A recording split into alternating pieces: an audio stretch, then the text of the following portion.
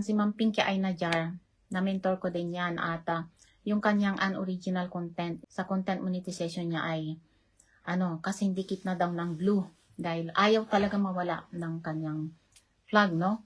Ayaw mawala. Lahat ng tinuturo ko ay alam niya, pero hindi niya talaga matanggal-tanggal. Alam niyo kung bakit hindi niya matanggal? Dahil sa messenger, no?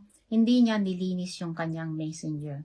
Ngayon, yung pinakalas na tinuro ko sa kanya, subukan mong linisin yung messenger mo. Nung tinuro ko sa kanya kung paano maglinis sa messenger at pinagtiyagaan niya yun, no? Halos 10 araw. Inaraw-araw niya yon hanggang umaga gising yan. Naglinis siya ng kanyang messenger. No? Isang linisan nasa 3-4 na oras hanggang 5 oras. Kasi ako ganun din ang ginawa ko eh. Ganun din ang nilaan kong oras, no?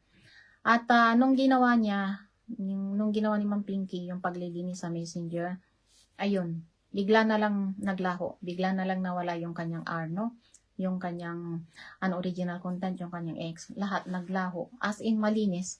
Hindi na siya nag-appeal. Kasi hindi mo na kailangan mag-appeal.